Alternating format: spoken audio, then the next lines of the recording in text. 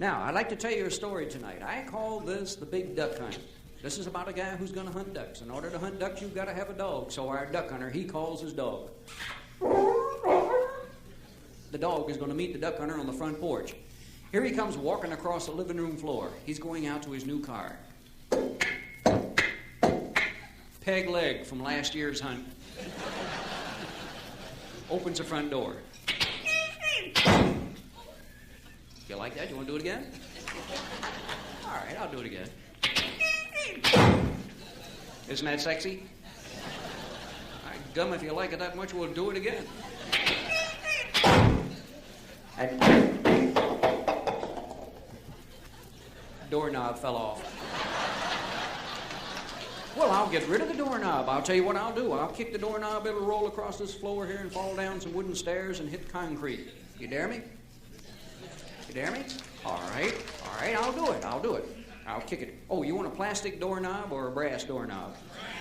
Brass, you want quality. Okay, here we go. Kick the doorknob.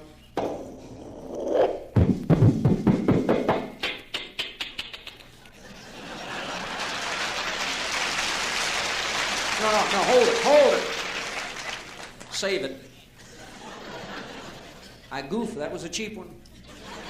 We got to do it again. Come on back, doorknob.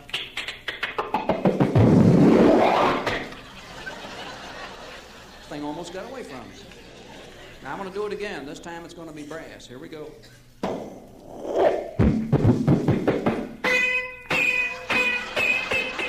That was brass.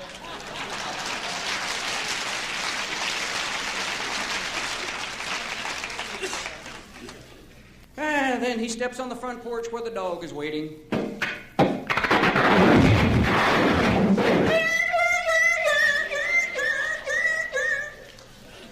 Fell down the stairs on the dog. He gets up off the dog, or the concrete, and he goes out to the car. This is a beautiful polluter. Parked it out in front of the house so the neighbors could see it. Waving to the neighbors, pointing to the car, waving to the neighbors, he's pointing to the car. It's the way you get the attention, you build up the hate.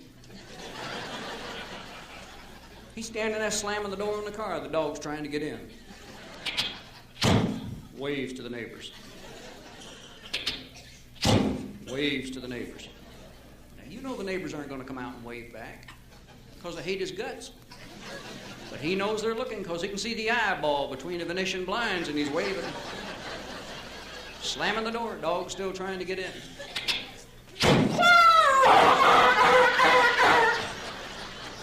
There's a dog with a bent tail. Gets under the car, works the electric windows. This car has got those little buttons you push, and the windows go up and down electrically, occasionally. You can depend on it. Push a little button, the windows go up and down electrically. Isn't that fantastic? Took a college degree to make that.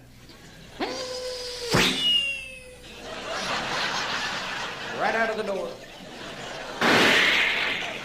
Now the neighbors are waving.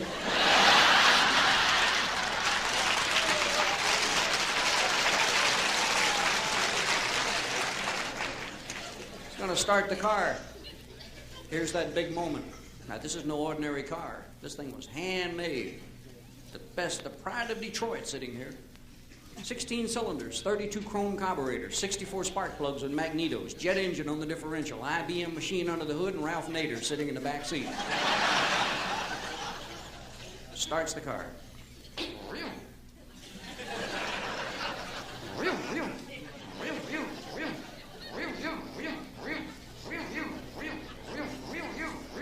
Doesn't that sort of get you right here in the gut?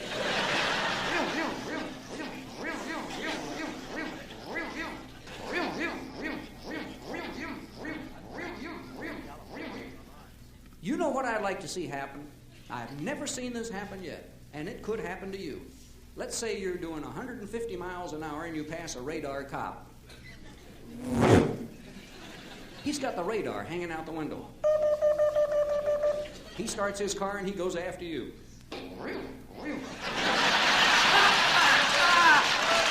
Wouldn't that be a winner?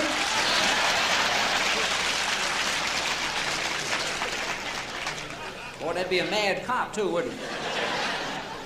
Back to the car. You know where this sounds best appreciated? Middle Lane Expressway.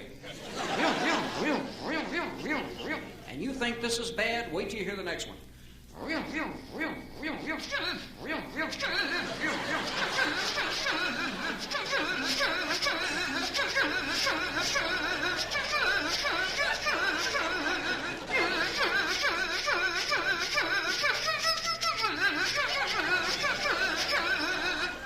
Doesn't that tear you up when they do that?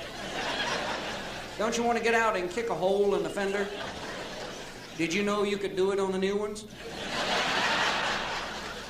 Well, you can. They're making them thin. I don't care what they tell you. Those things are thin. Those big black jobs they brag about, the one with the V on the hood and the diamonds with the mink wrapped around it and the blonde laying up on the roof. I'll take the blonde. She won't wear out as quick as that car. Why, you can walk out there and lean against the side of that car, just anywhere along the side of that car, and the whole side of the car just buckles in. And some of those things are so thin you can't get the, you got a dent.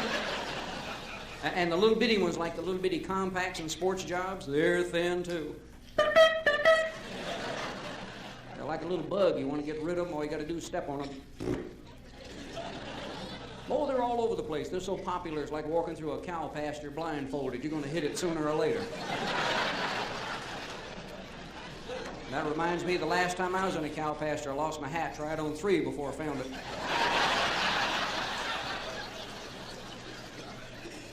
See that table back there? Looks like the Last Supper, doesn't it?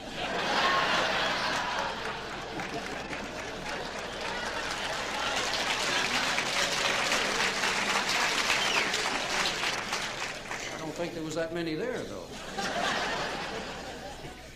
Back to the car. We got to get this thing started.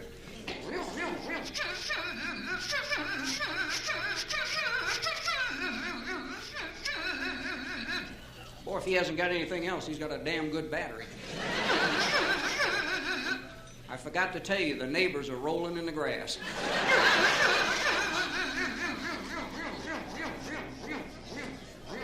I got one left.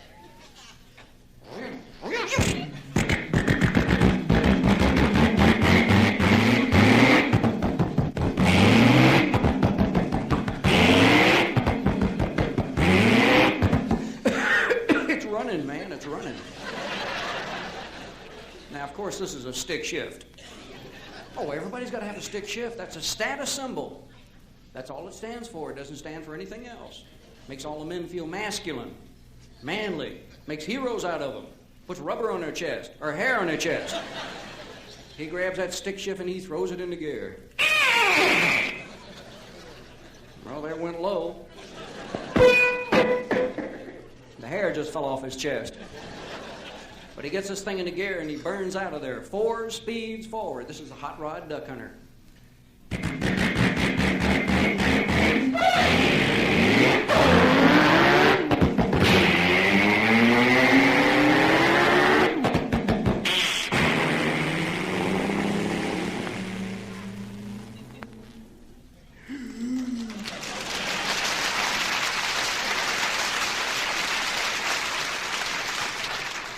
This is a fast car. You watch this. Here he comes.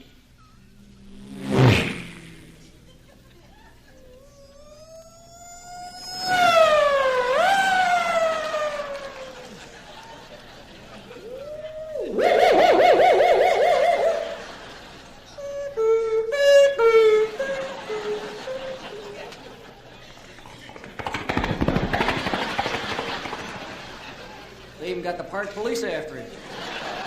They'll never catch him. Here he comes again. This time he's cut in his afterburner, or carburetor. You watch this, boy. This guy's moving.